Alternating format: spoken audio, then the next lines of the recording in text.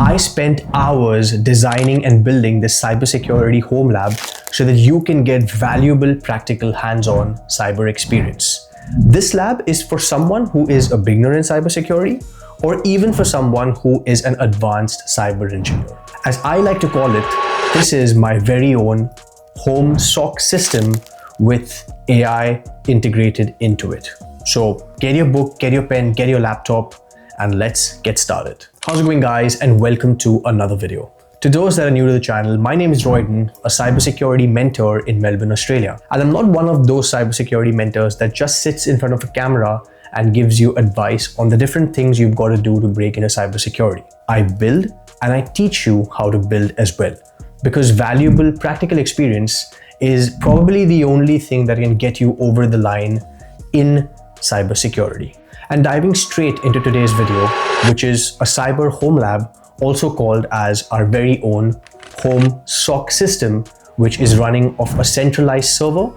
And I've also embedded artificial intelligence into it because today, AI and AI skills are very important if you want to move ahead in cybersecurity. This cybersecurity home lab has a lot of different components. I'll get into the software and tool stack shortly, but before that, we first need to understand what are the hardware requirements for this home lab. When it comes to hardware, Zima is partnering with me on this video, and I'm running this entire cybersecurity home lab off the Zima Cube 2. Zima Cube 2 is like a NAS, but it goes much more than being a traditional NAS. It's a compact x86 personal server built for storage, self-hosting, and virtualization. Depending on the model, you get a 12th gen Intel Core i3 or i5 processor, DDR5 memory, and dedicated NVMe system storage. Up front, there are 6 bays for 3.5 or 2.5 inch SATA drives, plus a 7th SSD bay containing 4 M2 NVMe slots. This means you can combine high capacity storage with a fast tier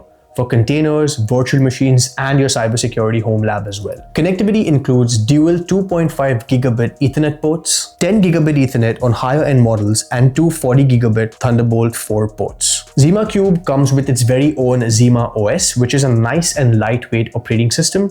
But if you don't want to use Zima OS, you can use any operating system on there. If not, you can also use virtual machines inside their ZVM, also known as Zima Virtual Manager.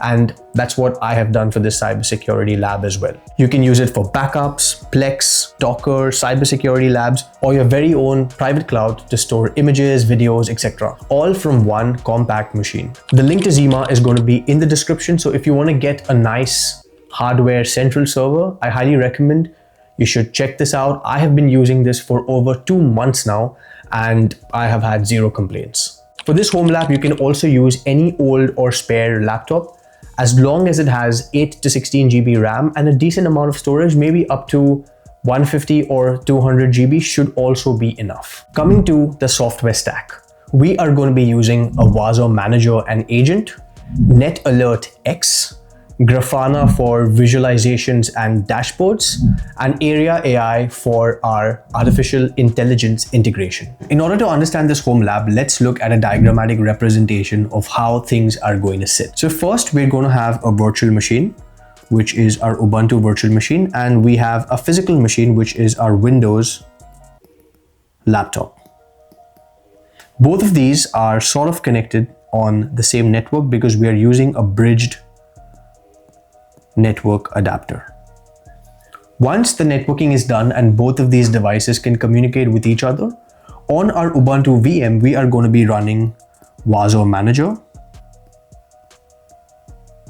And on our Windows machine, we are going to be running WAZUH agent. The agent sends logs to the manager displays those logs. On the VM, I'm also going to be running something called as NetalertX. Now, NetalertX is a network-based tool which provides information on devices that are connected inside a network. So along with endpoint monitoring, I also want network-wide monitoring. Once NetalertX is done, I'm then going to be installing and running Grafana. Now with Grafana, you can run it on a separate VM, you can run it on the Ubuntu VM, you can run it on the physical Windows laptop. That's completely your choice. For this video, I am running it inside Zima Cube, which is my central server or my central hardware. However, let's assume you are running this on your physical laptop. So let's add Grafana here. Now, what is Grafana doing? Grafana is ingesting logs from your WAZUH manager as well as your NetalertX and displaying it on a central dashboard. The final component to this home lab is now installing and running an AI agent. In this case, I'm going to be using AIRIA AI. Now, AIRIA AI is sitting somewhere in the cloud, and it connects using APIs to our Windows VM and builds a secure channel. And through this channel, all of the WAZUH alerts are sent to our AIRIA AI. Our AIRIA AI performs summary analysis and sends a response back to the Ubuntu VM. That response is then sent once again to Grafana. So this time, Grafana is showing you three sources: NetalertX, WAZUH Manager, as well as the AI analysis and summary sent from AIRIA AI. All of this information using visualizations in one central dashboard. It's totally fine if you're confused or you're having difficulties understanding. Don't worry, there is a guide that goes along with this video. Make sure you comment Zima, Z-I-M-A, in the comment section of this video, and I'll send you that comprehensive 28-page lab guide as well. So starting off with the first pillar. On Zima, I already have the option under Zima Virtual Manager to set up different virtual machines. I don't even need to separately go and download ISO images from different websites. Everything is in the one central location. So I'm just going to go with Ubuntu version 26 and I'm going to download it and set it up. Now, if you are running this on an old laptop, you can potentially use VirtualBox or VMware Workstation Player, which are free. Download Ubuntu's ISO image from their website, set it up on VirtualBox. Make sure you give the VM decent amount of resources, which is at least 4 to 5 GB RAM. When it comes to hard drive space, you can go with a virtual hard drive space of 50 GB. However, I highly recommend you push that up to probably 100 GB, because that way, the more applications you install, you are not worried about maxing out on your storage. Once the Ubuntu VM is ready, it's now time to install and set up WAZUH. Just follow the installation steps that are in the guide. That one command will literally install all components needed to run WAZUH successfully. On your Windows laptop, if you want to run WAZUH agent, just Google WAZUH agent download, install and run the Windows agent version. Once you do that, it's time to onboard your agent onto your WAZUH manager. In order to do that, just run the command that's on the screen right now. Once again, it's in the guide. Follow the steps, onboard the agent, copy the key, take that specific key and paste it on your WAZUH agent. And the moment you do that, you can log into your WAZUH dashboard using the IP address of the Ubuntu VM, and you should be able to see the WAZUH agent that's present there. The credentials to log into the WAZUH manager would be on the screen once the WAZUH installation is completed. So make sure you copy those credentials, because that's literally your username and your password to log into WAZUH manager. Once you see the Windows agent, which is onboarded successfully into WAZUH manager, we are now going to set this up for file and integrity monitoring. We're just going to go to the OSSec.conf file of the WAZUH agent on our Windows laptop. Make sure you run it as administrator, else you won't be able to view the config. Scroll down towards the bottom, you should see a block for file and integrity monitoring. And there we are going to paste a single line which pretty much enables monitoring of a directory. And you can create your own directory or you can use an existing directory. For the purpose of this lab, I have just created a test directory known as WAZUH. And in there, I will be creating files later on to see if logs related to those files appear on our WAZUH dashboard or not. Once you add that line in, save the config, restart the agent, and let's quickly test. Go to your folder that you're monitoring and create a file there. The moment you do that, you go back to your WAZUH dashboard and you can literally see logs appear or events appear in relation to this folder. Go ahead, make some changes, modify, add some text into the file. For that as well, you'll see an event generated on your WAZUH dashboard. And I've got a separate video on this channel that covers only the WAZUH setup and file and integrity monitoring, which is in the description. So if you only want to build this aspect, you can feel free to do that. The link to that video is in the description. There's also a guide which accompanies that video, so do check it out. The third pillar is then installing and running NetalertX in a Docker container. So to do that, all I'm going to do is I'm going to install and run Docker. Once Docker is installed and run, in a Docker container, I am going to set up NetalertX. The docker compose.yaml file is very important. Without that file, you won't be able to spin up a NetalertX instance. So you can use the compose.yaml file from the guide and set up your own NetalertX Docker container. Once the container is configured, you just issue the command to get the container up using docker compose up. Once you do that, go to the browser, input the IP address in on port 20211 because that is the port that we are going to be using for NetalertX's GUI. In there, once you log in, just go to settings and you should be able to run an ARP scan. Once you run the ARP scan, you'll see a table with all of the devices that are connected on your network, literally populated in that table with important information like MAC addresses, IP addresses, etc. Now that you've got WAZUH and NetalertX set up, but they're sort of functioning separately, let's now install and run our fourth pillar, which is Grafana. Grafana is a visualization or a central dashboard tool that literally ingests logs from different systems so that you can view it on a centralized dashboard. Within Zima Cube, there is an existing app store. In that app store, there are already a lot of predefined apps that you can install. Grafana is one of them, but other than this, you also have a ton of different apps. You can scroll through it all for different purposes. But for the purpose of this video, or for this Cyber Home Lab, I am going to be installing Grafana. If you don't have Zima Cube, you can also separately install Grafana. The steps to do that is in the guide, so just follow that and you should be able to download, set up and run Grafana as well. Now, once Grafana is set up, you need to ingest logs from WAZUH and NetalertX. Now, in order to do that, you need to connect a data source. So to do that, all you've got to do is go to data sources and in there, look for two things. First is OpenSearch and the second one is Infinity.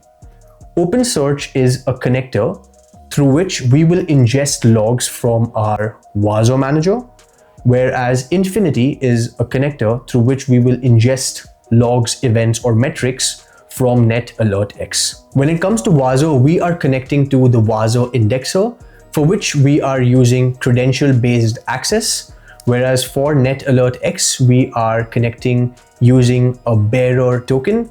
The bearer token should be visible in the GUI of your NetalertX instance. Copy it from there, you can paste it on Grafana, and once you do that, you should then have an active connection to both of these resources. Once you've configured these two data sources, you then navigate to dashboards, and in there you can create a new dashboard. One dashboard is all you need because I want all my sources of information under one roof. In that dashboard, you can go to add panel, and once you add a panel, you should then be able to select a data source, and from that data source, visualize different metrics, logs, etc. From NetalertX, all I want is the list of devices, their MAC addresses and IP addresses. So I'm going to be using specific query parameters. All of those details are going to be in the guide. So make sure you follow the guide when you're doing this home lab. When it comes to WAZUH, I am using two windows. One window is in general to view the WAZUH alerts, whereas the second one is specifically to view the file and integrity monitoring logs. Inside Grafana, you can play around and you can choose different types of visualizations like graphs, gauges, tables, statistics, bar charts, etc. I have gone with a tabular format and a gauge format, but you can play around with it and do what you want to do. But just make sure the parameters that you set are accurate and you can use overrides for visualization, color coding, etc. And once this is set up, for example, I'm going to go to my monitor directory and make some changes to the test file in there. Once that's done, I'm going to come back to my central dashboard on Grafana, refresh it, and I can already see a color-coded event come through. So there you go, 4 pillars done, and you can literally stop at this point as well, because this is a full-blown central SOC system that you have just built using free open source tools, softwares, etc. But the fifth pillar is what literally takes it to the next level, which is integrating artificial intelligence into this whole setup. AIRIA AI is going to be our AI agent, in which you just go to AIRIA's website. On there, you can create your very own ecosystem with an input, output function, and your own LLM. The LLM that I'm using is OpenAI in this case, but you can use different LLMs from their list of LLMs. I've got a complete different video on how to set up this initial AIRIA ecosystem. That video is in the description of this video as well. On my Ubuntu VM, I have created something known as an AIRIA WAZUH forwarder, which is literally a service that takes the alerts generated from WAZUH and sends it to our AIRIA AI agent. Now, the way it does it is it uses AIRIA's API key and API URL in order to facilitate this conversation, to send the alerts and then get an AI-based summary or analysis back onto our Ubuntu VM. This is then sent using a different service once again to Grafana using our Infinity plugin. So on Grafana, we will add a third data source of type Infinity, and in there we will ingest whatever summary or analysis we get back from our AIRIA AI, but via the Ubuntu machine. This may seem a little confusing or complicated, but trust me, once you set it up, it will all make sense. And I'm going to configure this as a separate pane on our central dashboard. And on there, once again, I'm going to go to my WAZUH test directory, make some changes to the file. And once the changes are made, coming back to our central dashboard, and on the pane, which is built based on our WAZUH AI AIRIA forwarder, we can see the AI-based summarized event, which is on there.